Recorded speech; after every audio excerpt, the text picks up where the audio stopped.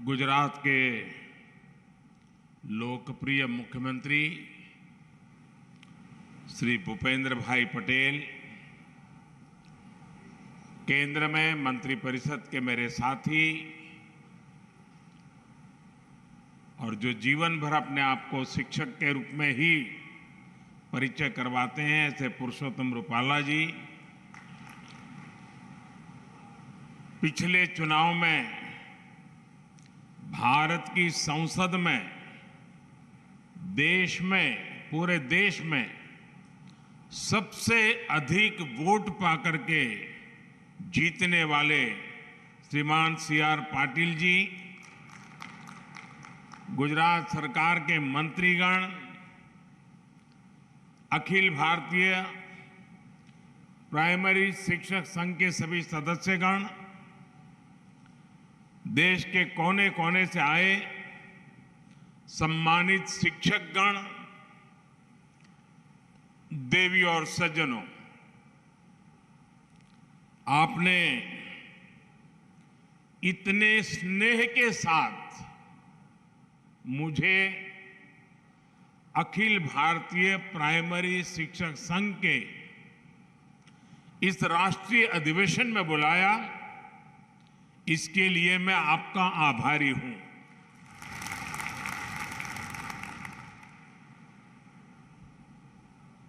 आजादी के अमृत काल में जब भारत विकसित होने के संकल्प के साथ आगे बढ़ रहा है, तो आप सभी शिक्षकों की भूमिका बहुत बड़ी है। गुजरात में रहते हुए मेरा प्राथमिक शिक्षक ओसवाल फूल झाड़ू, शादी और ये दोनों ही लंबे चलेंगे। ओसवाल फूल झाड़ू, ओसवाल हर रिश्ते का रखे ख्याल। के साथ मिलकर के राज्य की पूरी शिक्षा व्यवस्था को बदलने का अनुभव रहा है। एक जमाने में गुजरात में ड्रॉप आउट रेट, जैसा मुख्यमंत्री जी ने बताया, करीब 40% आसपास हुआ करता था, और आज ये, जैसा मुख्यमंत्री जी ने बताया, 3% से भी कम रह गया है। ये गुजरात के शिक्षकों के सहयोग से ही संभव हुआ है। गुजरात में शिक्षकों के साथ मेरे जो अनुभव रहे, उसने राष्ट्रीय स्तर पर भी नीतियां बनाने में, पॉलिसी फ्रेमवर्क में हमारी काफी मदद की है। अब जैसे रूपाला जी बता रहे थे, स्कूलों में शौचालय न होने के कारण बड़ी संख्या में बेटियां स्कूल छोड़ देती थी, इसलिए हमने विशेष अभियान चलाकर स्कूलों में बेटियों के लिए अलग शौचालय बनवाए। यहां गुजरात में तो एक जमाने में पूरे आदिवासी बेल्ट में, गुजरात का पूरा पूर्वी छोर जो है वो हमारे आदिवासी बंधुओं का बसेरा है एक प्रकार से। उस पूरे इलाके में उमरगाम से अंबाजी साइंस स्ट्रीम की पढ़ाई ही नहीं होती थी। आज शिक्षक न केवल वहां साइंस पढ़ा रहे हैं, बल्कि मेरे आदिवासी नौजवान बेटे बेटियां डॉक्टर और इंजीनियर भी बन रहे हैं। मैं कई बार प्रधानमंत्री के बाद जब भी मुझे विदेश जाने का एक दायित्व रहता है, जब भी जाता हूं, विदेश में इन नेताओं से जब मिलता हूं और वो जो बातें बताते हैं, यहाँ तेरे इस छोटे से ढक्कन से मेरे पूरे कपड़े महक जाते हैं, तेरी झाग से मेरे पूरे कपड़े साफ हो जाते हैं। Oswal detergent liquid. बैठा हुआ और इस बात को सुनने वाला हर शिक्षक गर्व अनुभव करेगा। मैं अपने अनुभव बताता हूं आपको। आमतौर पर विदेशों के नेताओं से जब मिलता हूं तब उनके जीवन में भारतीय शिक्षकों का कितना बड़ा योगदान रहा है, बड़े गर्व के साथ वो वर्णन करते थे। मैं प्रधानमंत्री बनने के बाद मेरी पहली विदेश यात्रा भूटान में हुई और भूटान के राज परिवार के साथ जब मैं बैठा था तो वो गर्व से बताते थे, जो उनके सीनियर किंग है वो बता रहे थे कि मेरी पीढ़ी के जितने लोग भूटान में हैं उन सबको कोई न कोई हिंदुस्तान के शिक्षक ने पढ़ाया लिखाया है, और वो बड़े गर्व से कहते थे। ऐसे ही मैं जब सऊदी अरब गया, वहां के किंग बहुत वरिष्ठ और सम्मान्य महापुरुष हैं, मुझ पर उनका प्रेम भी बहुत है, लेकिन उनसे जब मैं बैठा तो बोले मैं तुझे बहुत प्यार करता हूं। फिर उन्होंने मुझे पूछा क्यों मालूम है? मैंने कहा आप बताइए, ये आपकी कृपा है। उन्होंने कहा देखो भाई, मैं भले राजा हूं, जो भी हूं, लेकिन बचपन में मेरा शिक्षक तुम्हारे देश का था और तुम्हारे गुजरात का था और उसने मुझे पढ़ाया। यानी इतने बड़े संपन्न देश के महापुरुष बातचीत में भारत के प्रधानमंत्री के से बात करते समय एक शिक्षक के योगदान की बात करना गौरव अनुभव कर रहे थे। पिछले दिनों कोविड में आप WHO के संबंध में टीवी पर बहुत कुछ देखते होंगे। आप WHO को जो मुखिया है मिस्टर टेड रॉस, उनके कई बार टीवी पर आपने उनके बयान देखे हैं। कम से कम पानी में दे सफाई बेशुमार, इसमें है नेचुरल ऑयल, ये कपड़ों के संग हाथों का भी रखे ख्याल, तो आज ही करें इस्तेमाल। ओसवाल ओसवाल ओसवाल ओसवाल, हर रिश्ते का रखे ख्याल। उनकी बड़ी अच्छी मित्रता है और वो हमेशा गर्व से कहते थे। पिछले दिनों जामनगर आए थे तब भी वो उसी गर्व के साथ दोबारा उल्लेख किया। उन्होंने कहा बचपन से मेरी जिंदगी के हर पड़ाव में कोई न कोई हिंदुस्तानी शिक्षक का योगदान रहा है। मेरे जीवन को बनाने में भारत के शिक्षक का योगदान रहा है। और फिर तो उन्होंने मुझे ये भी कहा कि मैं आज भारत आया हूं, भारत के शिक्षकों ने मुझे बनाया है, आप मुझे एक भेंट सौगात दे सकते हैं क्या? मैंने कहा क्या? बोले लेकिन आपको देनी पड़ेगी और सार्वजनिक रूप से देनी पड़ेगी।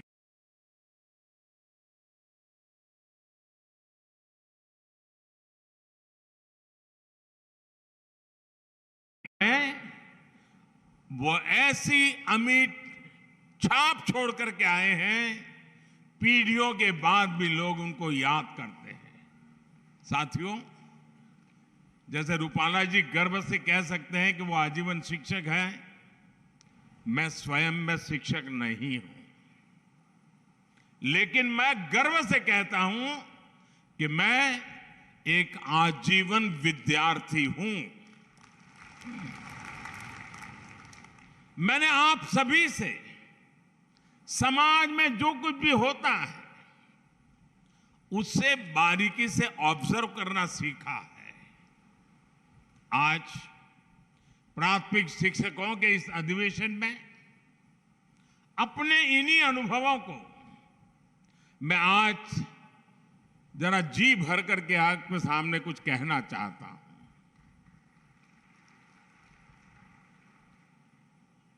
21वीं सदी में तेजी से बदलते हुए इस समय में भारत की शिक्षा व्यवस्था बदल रही है, शिक्षक बदल रहे हैं, छात्र भी बदल रहे हैं। ऐसे में इन बदलती हुई परिस्थितियों में हम कैसे आगे बढ़े, ये बहुत अहम हो जाता है। जैसे हमने देखा ओसवाल फूल झाड़ू, शादी और ये दोनों ही लंबे चलेंगे। ओसवाल फूल झाड़ू, ओसवाल हर रिश्ते का रखे ख्याल। है, पहले के टीचर्स के सामने संसाधनों की कमी, इंफ्रास्ट्रक्चर का अभाव जैसी कई चुनौतियां होती थी और तब छात्रों की तरफ से कोई खास चुनौती नहीं होती थी। आज टीचर्स के सामने से संसाधन और सुविधाओं की जो कमी थी, वो जो समस्याएं थी, वो धीरे धीरे दूर हो रही है। लेकिन आज की पीढ़ी के बच्चे, छात्र, उनकी जो जिज्ञासा है, उनका जो कौतूहल है, वे माँ बाप के साथ साथ टीचर्स के लिए भी एक बहुत बड़ी चुनौती, एक चैलेंज लेकर आया है। ये छात्र आत्मविश्वास से भरे हुए हैं, ये छात्र नीडर हैं और उनका स्वभाव 8 साल की उम्र का, 9 साल की उम्र का छात्र भी टीचर को चुनौती देता है। वो शिक्षा के पारंपरिक तौर तरीकों से कुछ नई चीजें उससे पूछता है, बात करता है।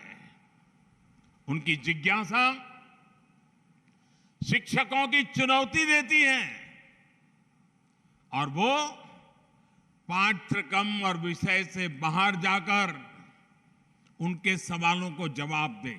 यहां बैठे हुए वर्तमान टीचर वर्तमान बच्चों से रोज अनुभव करते होंगे, वो ऐसे सवाल लेकर के आते होंगे, आपको भी बड़ा मुश्किल हो जाता होगा। छात्रों के पास इंफॉर्मेशन के अलग अलग स्रोत हैं, इसने भी शिक्षकों के सामने खुद को अपडेट रखने की चुनौती पेश की है। इस चुनौतियों को एक टीचर कैसे हल करता है, इस पर हमारी शिक्षा व्यवस्था का भविष्य निर्भर करता है। और सबसे अच्छा तरीका यह है कि इन चुनौतियों को पर्सनल और प्रोफेशनल ग्रोथ के अवसर के तौर पर देखा जाए। ये चुनौतियां हमें लर्न, अनलर्न। तेरे इस छोटे से ढक्कन से मेरे पूरे कपड़े महक जाते हैं। तेरी झाग से मेरे पूरे कपड़े साफ हो जाते हैं। Oswal detergent liquid. और रीलर्न करने का मौका देती है। इन्हें हल करने का एक तरीका यह है कि शिक्षण के साथ साथ स्वयं को छात्र का गाइड और मेंटर भी बनाएं। आप भी जानते हैं कि गूगल से डेटा मिल सकता है, लेकिन डिसीजन तो खुद ही लेना पड़ता है। एक गुरु ही छात्र को गाइड कर सकता है कि वो अपनी जानकारियों का सही उपयोग कैसे करे। टेक्नोलॉजी से इंफॉर्मेशन मिल सकती है, लेकिन सही दृष्टिकोण तो शिक्षक ही दे सकता है। सिर्फ एक गुरु ही बच्चों को यह समझने में मदद कर सकता है कि कौन सी जानकारी उपयोगी है और कौन सी नहीं है। कोई भी टेक्नोलॉजी किसी विद्यार्थी की पारिवारिक स्थिति को नहीं समझ सकता। एक गुरु ही उसके हालात को समझकर उसे सभी मुश्किलों से बाहर निकलने के लिए प्रेरित कर सकता है। इसी तरह दुनिया की कोई भी टेक्नोलॉजी ये नहीं सिखा सकती कि किसी विषय की गहराई में जाकर उसे कैसे समझे, डीप लर्निंग कैसे करें। जब इंफॉर्मेशन की भरमार हो, इंफॉर्मेशन के पहाड़ खड़े हो जाते हैं, तो छात्रों के लिए ये महत्वपूर्ण हो जाता है कि वो कैसे एक चीज पर अपना ध्यान केंद्रित करें। डीप लर्निंग और उसे लॉजिकल कंक्लूजन तक पहुंचाना, ये बहुत महत्वपूर्ण है। इसलिए आज 21वीं सदी के छात्र के जीवन में टीचर की भूमिका और ज्यादा बृहद हो गई है। और मैं तो आपसे भी कहना चाहूंगा, मैं आपको कोई उपदेश देने नहीं आया हूं और न ही मैं उपदेश दे सकता हूं। कम से कम पानी में दे सफाई बेशुमार। इसमें है नेचुरल ऑयल, ये कपड़ों के संग हाथों का भी रखे ख्याल। तो आज ही करें इस्तेमाल ओसवाल ओसवाल ओसवाल। ओसवाल, हर रिश्ते का रखे ख्याल। लेकिन आप पल भर के लिए ये भूल जाइए कि आप टीचर हैं। पल भर के लिए सोचिए कि आप किसी संतान की माताजी हैं या किसी संतान के पिताजी हैं। आप अपने बच्चे को कैसा चाहते हैं? आपके बच्चे के लिए आप क्या चाहते हैं? पहला जवाब मिलेगा साथियों, यहां से कोई इनकार नहीं कर सकता है। पहला जवाब मिलेगा, मैं भले टीचर हूं, हम माता पिता दोनों भले टीचर हैं, लेकिन हमारे बच्चों को अच्छा शिक्षक मिले, अच्छी शिक्षा मिले। आपके दिल में भी बच्चों के लिए पहली कामना है, आपके बच्चों को अच्छा शिक्षक, अच्छी शिक्षा मिले। जो कामना आपके दिल में है, वही कामना हिंदुस्तान के कोटि कोटि माता पिता के दिल में भी है। जो आप अपने बच्चों के लिए चाहते हैं, वो हिंदुस्तान का हर माँ बाप अपने बच्चों के लिए चाहता है और वो आपसे उम्मीद करता है। साथियों, इस बात को हमेशा ध्यान में रखिए कि विद्यार्थी आपसे, आपकी सोच से, आपके रोजमर्रा के व्यवहार से, आपकी बोलचाल से, आपके उठने बैठने के तरीके से वो बहुत कुछ सीखता रहता है।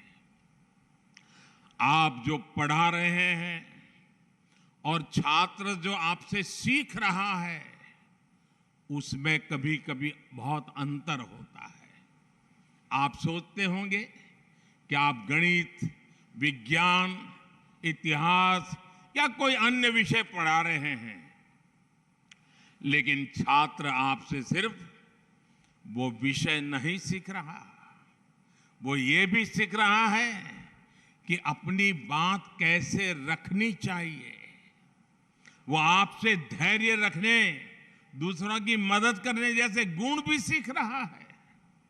आपको देखकर ही वो सीखता है कि सख्त छवि रखकर भी स्नेह कैसे जताया जा सकता है। निष्पक्ष रहने का गुण भी उसे शिक्षक से ही मिलता है। इसलिए प्राइमरी एजुकेशन का रोल बहुत इंपॉर्टेंट होता है। छोटे बच्चों के लिए टीचर परिवार से बाहर वो पहला व्यक्ति होता है जिसके साथ वो सबसे ज्यादा समय बिताता है। इसलिए ओसवाल फूल झाड़ू, शादी और ये दोनों ही लंबे चलेंगे। ओसवाल फूल झाड़ू। ओसवाल, हर रिश्ते का रखे ख्याल। आप सभी में इस दायित्व का एहसास भारत की आने वाली पीढ़ियों को बहुत मजबूत करेगा। साथियों, अभी आप जिन स्कूलों में कार्यरत हैं, वहां नई राष्ट्रीय शिक्षा नीति या तो लागू हो चुकी होगी या फिर लागू होने वाली होगी। और मुझे गर्व है कि इस बार जो राष्ट्रीय शिक्षा नीति बनी है, देश के लाखों शिक्षकों ने उसको बनाने में कंट्रीब्यूशन किया है। शिक्षकों के परिश्रम में से ये पूरी शिक्षा नीति बनी पाई है और इसके कारण सर्वदूर उसका स्वागत हुआ है। आज भारत 21वीं सदी की आधुनिक आवश्यकताओं के मुताबिक नई व्यवस्थाओं का निर्माण कर रहा है। ये नई राष्ट्रीय शिक्षा नीति इसी को ध्यान में रखते हुए बनाई गई है। हम इतने वर्षों से स्कूलों में पढ़ाई के नाम पर अपने बच्चों को केवल किताबी ज्ञान दे रहे थे। नई राष्ट्रीय शिक्षा नीति उस पुरानी अप्रासंगिक व्यवस्था को परिवर्तित कर रही है। राष्ट्रीय शिक्षा नीति प्रैक्टिकल पर है, आधारित है। अब जैसे आपको और टीचिंग और लर्निंग, अब कहा जाता है टीचिंग का कालखंड पूरा हो गया, अब लर्निंग के ही द्वारा शिक्षा को आगे बढ़ाना है। अब जैसे आपको मिट्टी के बारे में कुछ बताना है, चाक के बारे में कुछ सिखाना है, अगर आप बच्चों को लेकर कुम्हार के घर जा सकते हैं, आप कुम्हार के घर जाएंगे तो उन्हें बहुत सी चीजें देखने को मिलेगी। किन परिस्थितियों में कुम्हार रहते हैं, कितनी मेहनत करते हैं, एक व्यक्ति गरीबी से बाहर आने के लिए कितने प्रयास कर रहा है, और इससे बच्चों में संवेदनशीलता जगेगी। मिट्टी से कैसे सुराही बनती है, मटके बनते हैं, घड़े बनते हैं, बच्चे ये सब देखेंगे। अलग अलग तरह की मिट्टी कैसी होती है, ये सारी चीजें प्रत्यक्ष नजर आएगी। ऐसी तेरे इस छोटे से ढक्कन से मेरे पूरे कपड़े महक जाते हैं। तेरी झाग से मेरे पूरे कपड़े साफ हो जाते हैं। Oswal detergent liquid. Practical approach राष्ट्रीय शिक्षा नीति का बहुत प्रमुख तत्व है।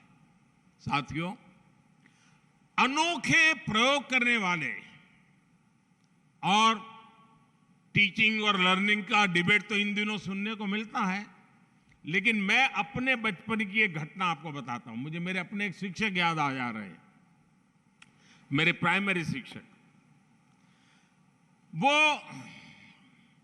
शाम को जब स्कूल से घर जाना होता था तो बच्चों को कुछ न कुछ काम देते थे, और होमवर्क वाला नहीं, कुछ और ही काम देते थे।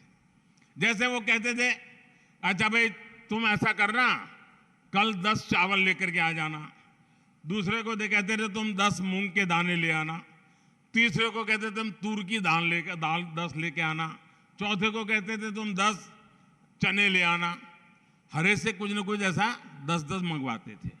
उस बच्चा घर जाते याद रखता था, मुझे 10 लाना है, 10 लाना है, 10 नंबर फिक्स हो जाता था। फिर मुझे गेहूं लाना है कि चावल लाना है, तो उसके दिमाग में घर जाते पहले अपनी माँ से कह देता था, मुझे कल टीचर ने कहा ये ले जाना है। सुबह तक उसके दिमाग में वो चावल और 10, चावल और 10 ये बना रहता था। लेकिन क्लास में जब हम जाते थे तो हमारे टीचर उन सबको इकट्ठा कर देते थे और फिर सबको कहते थे, अलग अलग लोगों को, अच्छा भाई तुम ऐसा करो, इसमें से 5 मूंग निकालो। दूसरे कहते तुम 3 चने निकालो। तीसरे को कहते, यानी वो चने को पहचानना लग जाता है, वो मूंग को पहचानता है, उसको नंबर याद रहा। यानी कि ऐसी उनकी प्रैक्टिकल व्यवस्था थी, हमारे लिए बड़ा अजब लगता था, लेकिन वो सिखाने का उनका तरीका था। जब हम 1 साल पूरा हो गया, अगले साल गए तो भी वही टीचर थे, तो उन्होंने फिर से वही कहा। तो मेरा जैसा जरा सवाल पूछने का आदी था मैं, तो मैंने कहा साहब पिछले साल आपने ये करवाया था, दोबारा क्यों करवा रहे हो? बोले चुप रहे, तुम्हारा काम करो। ठीक है, जो कहा हम लेकर के आ गए। लेकिन दूसरे साल उन्होंने बदल दिया। उन्होंने हर एक की आंख पर पट्टी बांध दी और उन्होंने कहा, स्पर्श से तुम तय करो मूंग कौन सा है, चना कौन सा है, और स्पर्श वाली इंद्रिय की क्या सामर्थ्य है, उसकी शिक्षा उन्होंने बड़ी सरलता से दे दी थी। दोस्तों, एक टीचर जब आपके अंदर इन्वॉल्व हो जाता है तो कैसे करता है, ये मैं अपना अनुभव बताता हूं। आप कल्पना कर सकते हैं इस एक एक्टिविटी से हमें कितना लाभ होता था। हमें गिनती के बारे में पता चला, हमें दालों के बारे में पता चला, हमें रंगों के बारे में पता चला। तो वो इस तरह से हमें प्रैक्टिकल ज्ञान के साथ हमारी पढ़ाई कराते थे। प्रैक्टिकल के साथ पढ़ाई, यही नेशनल एजुकेशन पॉलिसी की मूल भावना भी है और इसे जमीन पर उतारने की जिम्मेदारी आप सबको निभानी ही है। साथियों, कम से कम पानी में दे सफाई बेशुमार, इसमें है नेचुरल ऑयल, ये कपड़ों के संग हाथों का भी रखे ख्याल। तो आज ही करें इस्तेमाल ओसवाल ओसवाल ओसवाल। ओसवाल, हर रिश्ते का रखे ख्याल। राष्ट्रीय शिक्षा नीति में जो एक बड़ा प्रावधान किया गया है, वो हमारे गांव, देहात और छोटे शहरों को शिक्षकों की बहुत मदद करने वाला है। ये प्रावधान है मातृभाषा में पढ़ाई का। हमारे देश में अंग्रेजों ने 250 साल राज किया, लेकिन फिर भी अंग्रेजी भाषा एक वर्ग तक ही सीमित रही थी। दुर्भाग्य से आजादी के बाद ऐसी व्यवस्था बनी कि अंग्रेजी भाषा में ही शिक्षण को प्राथमिकता मिलने लगी। माता पिता भी बच्चों को अंग्रेजी भाषा में पढ़ाने के लिए प्रेरित होने लगे। इसका नुकसान मेरे टीचर यूनियन ने कभी इस पर सोचा है कि नहीं सोचा है, मुझे मालूम नहीं है। आज मैं आपको बता रहा हूं, जिस समय आप सोचेंगे इस विषय पर, इस सरकार की जितनी तारीफ करेंगे उतनी कम होगी। क्या हुआ? जब ये अंग्रेजी चलने लगा तो गांव, देहात और गरीब परिवार के हमारे उन लाखों शिक्षकों को जो कि मातृभाषा में पढ़कर निकल रहे थे, वो कितने ही अच्छे शिक्षक हो, लेकिन उनको अंग्रेजी सीखने का अवसर नहीं मिला था। अब उनके लिए नौकरी का खतरा मंडराने लग गया, क्योंकि अंग्रेजी का माहौल चल गया। आपकी नौकरी और आप जैसे साथियों की भविष्य में भी नौकरी निश्चित करने के लिए हमने मातृभाषा में शिक्षा पर बल दिया है, जो मेरे शिक्षक के जीवन को बचाने वाला है। दशकों से हमारे देश में यही चलता रहा था, लेकिन अब राष्ट्रीय शिक्षा नीति मातृभाषा में शिक्षण को बढ़ावा देती है। इसका बहुत बड़ा लाभ आपको मिलेगा। इसका बहुत बड़ा लाभ हमारे गांव से आए हुए, गरीब परिवार से आए हुए युवाओं को मिलेगा, शिक्षकों को मिलेगा। नौकरी के लिए अवसर तैयार हो जाएंगे। साथियों, शिक्षकों से जुड़ी चुनौतियों के बीच आज हमें समाज में ऐसा माहौल बनाने की भी जरूरत है जिसमें लोग शिक्षक बनने के लिए स्वेच्छा से आगे आए। अभी जो स्थितियां हैं उसमें हम देखते हैं कि लोग डॉक्टर बनने की बात करते हैं, इंजीनियर बनने की बात करते हैं, एमबीए करने की बात करते हैं, टेक्नोलॉजी को जानने की बातें करते हैं। ये सारी बातें करते हैं, लेकिन बहुत कम देखने को मिलता है कोई आकर कहे कि मैं शिक्षक बनना चाहता हूं, मैं बच्चों को पढ़ाना चाहता हूं। ये स्थिति किसी भी समाज के लिए एक बहुत बड़ी चुनौती होती है। ये सवाल उठना बहुत आवश्यक है कि हम नौकरी के लिए बच्चों को पढ़ा रहे हैं, तनख्वाह भी मिल रही। ओसवाल फूल झाड़ू, शादी और ये दोनों ही लंबे चलेंगे। ओसवाल फूल झाड़ू, ओसवाल, हर रिश्ते का रखे ख्याल। है, लेकिन क्या हम मन से भी शिक्षक है क्या? हम जीवन भर शिक्षक है क्या? क्या सोते जागते उठते बैठते हमारे मन में ये भावना है कि मुझे देश के आने वाले भविष्य को गढ़ना है, बच्चों को हर रोज कुछ नया सिखाना है? मैं मानता हूं समाज को बनाने में शिक्षकों की बहुत बड़ी भूमिका होती है, लेकिन कई बार कुछ परिस्थितियां देखकर मुझे तकलीफ भी होती है। मैं आप बताऊंगा, आप भी मेरी तकलीफ समझ पाएंगे। मैं कभी कभी, क्योंकि मेरे मन में, जैसे अभी रूपाला जी ने वर्णन किया ना, मैं मुख्यमंत्री बना तो मेरी दो इच्छाएं थी, व्यक्तिगत दो इच्छाएं। एक, बचपन में जो मेरे साथ स्कूल में पढ़ने वाले मेरे दोस्त थे, उनको मैं सीएम के घर बुलाऊं, क्योंकि मैं एक परिव्राजक था, मेरा नाता सबसे टूट चुका था, 3 दशक बीच में बीत गए थे, तो मेरा मन कर गया कि उन पुराने दोस्तों को याद करूं। और दूसरी मेरी इच्छा थी कि मेरे सभी टीचर्स को मैं अपने घर बुलाऊं और उनका सम्मान करूं। और मुझे खुशी है कि उस समय जब मैंने मेरे टीचर्स को बुलाया, एक टीचर की उम्र 93 थी। और आपको साथियों गर्व होगा, मैं एक ऐसा विद्यार्थी हूं, आज भी मेरे जितने टीचर जीवित हैं, मैं उनके साथ जीवन संपर्क में हूं, आज भी। लेकिन आजकल मैं क्या देख रहा हूं, अगर मैं कहीं कोई शादी का निमंत्रण देने आता है या किसी शादी ब्याह में जाता हूं, तो मैं उनको पूछता हूं, वो कितना ही बड़ा आदमी होगा, मैं उसको पूछता हूं, अच्छा भाई, तुम्हारी शादी हो रही है, तुम्हारी जिंदगी बड़ा महत्वपूर्ण अवसर है, क्या तुमने अपने किसी टीचर को शादी में निमंत्रण दिया है क्या? 100 में से 90% कोई मुझे कहता नहीं कि मैंने टीचर को बुलाया है। और जब मैं सवाल पूछता हूं, लोग इधर उधर देखने लग जाते हैं। अरे तुम्हारी जिंदगी बनाने की जिसने शुरुआत की, और तुम जीवन के एक बहुत बड़े पड़ाव की ओर जा रहे हो, और शादी में तुझे तेरा टीचर याद नहीं आया? ये समाज, तेरे इस छोटे से ढक्कन से मेरे पूरे कपड़े महक जाते हैं। तेरी झाग से मेरे पूरे कपड़े साफ हो जाते हैं। ओसवाल डिटर्जेंट लिक्विड की एक सच्चाई है, और ऐसा क्यों हो रहा है, ये हम सबको सोचना चाहिए। और इस सच्चाई का एक और पहलू है, जैसे मैं ऐसे लोगों को पूछता हूं विद्यार्थी के बारे में, तो मैं टीचर को भी पूछता हूं।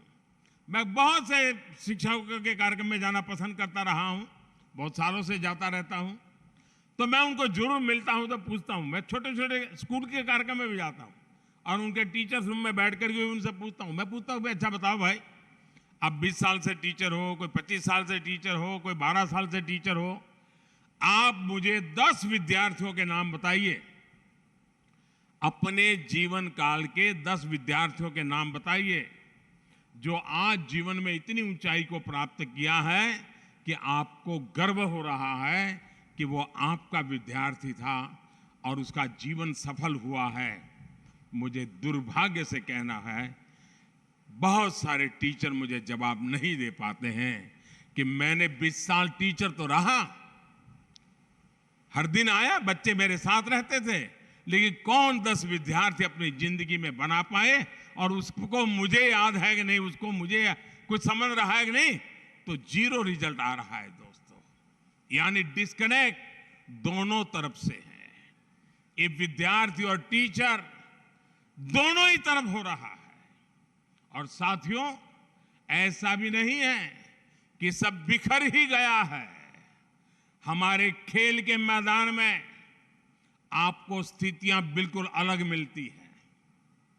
हम देखते हैं कोई खिलाड़ी अगर कोई मेडल लेकर के आता है तो सबसे पहले अपने गुरु, अपने कोच को प्रणाम करता है। वो ओलंपिक जीत करके आया होगा, बचपन में जिसने खेल सिखाया होगा, उसके बीच में 15-20 साल का फासला चला गया होगा, फिर भी जब वो मेडल प्राप्त करता है, उस गुरु को प्रणाम करता है। गुरु के सम्मान की भावना जीवन पर्यंत उसके मन में रहती है। ऐसा इसलिए होता है क्योंकि गुरु या कोच उस खिलाड़ी पर व्यक्तिगत रूप से फोकस करता है, उसकी जिंदगी के साथ जुड़ करके उसको तैयार करता है, उस पर मेहनत करता है। खेल के मैदान से अलग शिक्षकों की सामान्य दुनिया में हम ऐसा कम ही होता देखते हैं कि कोई विद्यार्थी उन्हें जीवन भर याद कर रहा है, उनके संपर्क में है। ऐसा क्यों होता है, इसके बारे में हमें जरूर सोचना चाहिए। साथियों, समय के साथ विद्यार्थियों और स्कूलों के बीच भी डिस्कनेक्ट बढ़ता जा रहा है। पढ़कर निकलने के बाद बच्चे स्कूल को तब याद करते हैं जब उन्हें कोई फॉर्म भरना होता है और वहां से कोई दाखला लेना होता है। मैं बहुत बार लोगों से पूछता हूं, कम से कम पानी में दे सफाई बेशुमार। इसमें है नेचुरल ऑयल, ये कपड़ों के संग हाथों का भी रखे ख्याल। तो आज ही करें इस्तेमाल ओसवाल ओसवाल ओसवाल। ओसवाल, हर रिश्ते का रखे ख्याल। क्या आपको मालूम है कि आपकी स्कूल का स्थापना दिवस या आपकी स्कूल का जन्मदिन कब होता है? जन्मदिन यानी वो कौन सा दिन था जब आपका स्कूल उस गांव में शुरू हुआ था। और मेरा जो अनुभव रहा है कि बच्चों को या स्कूल की मैनेजमेंट को या टीचर को किसी को पता नहीं होता कि जिस स्कूल में वो नौकरी कर रहे हैं या जिस स्कूल में वो पढ़े थे वो स्कूल कब शुरू हुई थी। ये जानकारी नहीं होती है भाई। स्कूल और स्टूडेंट के बीच डिस्कनेक्ट तो दूर करने के लिए ये परंपरा शुरू की जा सकती है कि हम स्कूलों का जन्मदिन मनाएं और बड़े ठाठ से मनाएं, पूरा गांव मिलकर के मनाए। और इसी बहाने आप उस स्कूल में से पढ़ करके गए सब पुराने लोगों को इकट्ठा कीजिए, पुराने सब टीचर्स को इकट्ठा कीजिए। आप देखिए एक पूरा माहौल बदल जाएगा, अपनत्व की एक नई शुरुआत हो जाएगी। इससे कनेक्ट बनेगा, समाज जुड़ेगा और आपको भी पता चलेगा कि हमारे जो पढ़ाई हुए बच्चे हैं वो आज कहां कहां पहुंचे हैं। आप गर्व की अनुभूति करेंगे। और मैं ये भी देखता हूं कि स्कूलों को पता नहीं होता है कि उनके पढ़ाए बच्चे कहां पर पहुंच गए हैं, कितनी ऊंचाई पर है। कोई किसी कंपनी का सीईओ है, कोई डॉक्टर है, कोई इंजीनियर है, कोई सिविल सर्विसेज में आ गया है, उसके बारे में सब जानते हैं। लेकिन वो जिस स्कूल में पढ़ा है वही स्कूल वाले जानते नहीं है। ये मेरा पक्का विश्वास है कि कोई कितना भी बड़ा व्यक्ति क्यों न हो, किसी भी पद पर क्यों न हो, अगर उसको उसके पुराने स्कूल से निमंत्रण आएगा तो वो कुछ भी करके खुशी खुशी उस स्कूल जरूर जाएगा।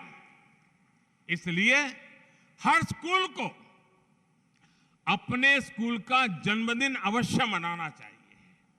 साथियों, एक बहुत अहम विषय फिटनेस और स्वास्थ्य का भी है, हाइजीन का भी है। ये सब विषय आपस से जुड़े हुए हैं। बहुत बार मैं देखता हूं कि बच्चों का जीवन इतना शिथिल हो गया है कि पूरा दिन निकल जाता है, कोई शारीरिक एक्टिविटी नहीं होती है, या तो डिजिटली मोबाइल पे बैठा है या टीवी के सामने बैठा है। मैं कभी कभी स्कूलों में जाता था तो बच्चों को पूछता था, अच्छा भाई कितने बच्चे हैं जिनको दिन में 4 बार पसीना होता है, बताइए। बहुत बच्चों को तो मालूम ही नहीं पसीना क्या होता है। बच्चों को पसीना नहीं आता क्योंकि उनको खेलने का कोई रूटीन ही नहीं है। ऐसे में उनका सर्वांगीण विकास कैसे होगा? आप सभी जानते हैं सरकार बच्चों के पोषण पर कितना फोकस कर रही है। सरकार मिड डे मील की व्यवस्था करती है। अगर भावना ये होगी कि किसी तरह ओसवाल फूल झाड़ू, शादी और ये दोनों ही लंबे चलेंगे। ओसवाल फूल झाड़ू, ओसवाल हर रिश्ते का रखे ख्याल। खाना पूरी कर देनी है, कागजों में से सब ठीक रहना है, तो पोषण को लेकर चुनौतियां आती रहेगी। मैं उसको दूसरे तरीके से देखता हूं दोस्त। बजट तो सरकार देती है, लेकिन हम वो देश के लोग हैं जहां पर कोई भी अगर छोटा सा भी अन्न क्षेत्र चलाता है और वहां कोई भी व्यक्ति आता है तो उसको खाना मिल जाता है, समाज उसके प्रति बड़े गर्व से देखता है, बड़ी श्रद्धा से देखता है। आज हम लंगर की बात करें, आज लंगर के प्रति बड़ी श्रद्धा से देखा जाता है। आज हम देखें कोई भंडारा होता है, लोगों को खिलाते हैं, बड़ी श्रद्धा। क्या हमें नहीं लगता है कि हमारी स्कूल में तो रोज भंडारा चल रहा है। उन बच्चों को खिलाने का आनंद, उनके मन को संस्कारित करने का आनंद और एक पवित्र भाव, सिर्फ उसके पेट में कुछ खाना जाता है वो इनफ नहीं है दोस्तों। हमें अनुभूति होनी चाहिए कि देखिए ये पूरा समाज, तुम भूखे न रहो इसके लिए कितना कुछ कर रहा है उन बच्चों के जीवन के साथ। और मैं तो मानता हूं डेली गांव के 2 वरिष्ठ लोगों को बुलाना चाहिए कि आज दोपहर को मिड डे मील में आइए, हमारे बच्चों को परोसिए और आप भी साथ में खाना खाइए। देखिए पूरा माहौल बदल जाएगा। यही मिड डे मील एक बहुत बड़ा संस्कार का कारण बन जाएगा। और उससे बच्चों को कैसे खाना, कितनी स्वच्छता से खाना, कुछ खाना खराब नहीं करना, कुछ फेंकने, सारे संस्कार उसके साथ जुड़ जाएंगे। शिक्षक के तौर पर जब हम खुद उदाहरण प्रस्तुत करते हैं तो उसका परिणाम बहुत शानदार आता है। मुझे याद है एक बार मैं सीएम रहते हुए यहां गुजरात के एक आदिवासी बाहुल जिले के स्कूल में गया था। अब मैं वहां गया, मैंने देखा जो बच्चे थे बड़े साफ सुथरे थे और हर एक के ऊपर एकदम, जो छोटे बच्चे थे, पिन से एक हैंडकरचिप लटका हुआ था। तो और उन बच्चों को सिखाया गया था कि उसको हाथ साफ करना है, नाक साफ करना है, और वो करते थे। और जब स्कूल पूरा होता था तो जो टीचर थी वो सब उनसे निकाल लेती थी, घर ले जा करके धो करके दूसरे दिन ला करके फिर लगा देती थी। और मैंने जब जानकारी पाई, अपने यहाँ तो मालूम है, हमारे यहाँ गुजरात में तो खास है कि पुराने कपड़े बेच करके बर्तन लेते हैं, खरीदते हैं बर्तन। वो महिला गरीब थी लेकिन अपनी साड़ी बेचती नहीं थी, वो साड़ी को काट करके हैंडकरचिप बनाती थी और बच्चों को लगाती थी। अब देखिए एक शिक्षिका अपने पुरानी साड़ी के टुकड़ों से उस बच्चों को कितना संस्कार दे रही थी जो उसकी ड्यूटी का हिस्सा नहीं था। उसने सेंस ऑफ हाइजीन, उस आदिवासी इलाके की मां की बात कर रहा हूं मैं, भाइयों बहनों, सेंस ऑफ हाइजीन। और मैं वैसे एक और स्कूल की बात में बताऊं, मैं एक स्कूल में गया तो स्कूल में झोपड़ी जैसी स्कूल थी, वो बड़ी स्कूल नहीं थी, आदिवासी क्षेत्र था। तेरे इस छोटे से ढक्कन से मेरे पूरे कपड़े महक जाते हैं, तेरी झाग से मेरे पूरे कपड़े साफ हो जाते हैं। Oswal detergent liquid. तो शीशा एक लगा था, मिरर लगा था, आईना, 2x2 का आईना होगा। उस टीचर ने नियम बनाया था, जो भी स्कूल आएगा पहले आईने के सामने 5 सेकंड खड़ा रहेगा, खुद को देखेगा, फिर क्लास में जाएगा। उस एकमात्र से प्रयोग से जो भी बच्चा आता था तुरंत उसके सामने अपना बाल ठीक करता था, उसका स्वाभिमान जग जाता था, उसको लगता था मुझे ऐसे रहना चाहिए। बदलाव लाने का काम टीचर कितना अद्भुत तरीके से करते हैं, ऐसे सैकड़ों उदाहरण हमारे सामने हैं। साथियों, आप कल्पना कर सकते हैं आपका एक छोटा सा प्रयास कितने बड़े परिवर्तन ला सकता है। मैं आपको कितने ही उदाहरण से सकता हूं जो मैंने खुद भी आप शिक्षकों के बीच रहते हुए देखे हैं, जाने हैं, सीखे हैं। लेकिन समय का अभाव है, इसलिए मैं अपनी बात को लंबा नहीं खींच रहा हूं। मैं मेरी वाणी को विराम देता हूं। मुझे विश्वास है हमारी परंपरा ने गुरु को जो स्थान दिया है, आप सभी उस गरिमा को, उस गौरव को, उस महान परंपरा को आगे बढ़ाएंगे, नए भारत का सपना पूरा करेंगे। इसी विश्वास के साथ आप सभी का मैं बहुत बहुत धन्यवाद करता हूं और बहुत बहुत शुभकामनाएं देता हूं। नमस्कार।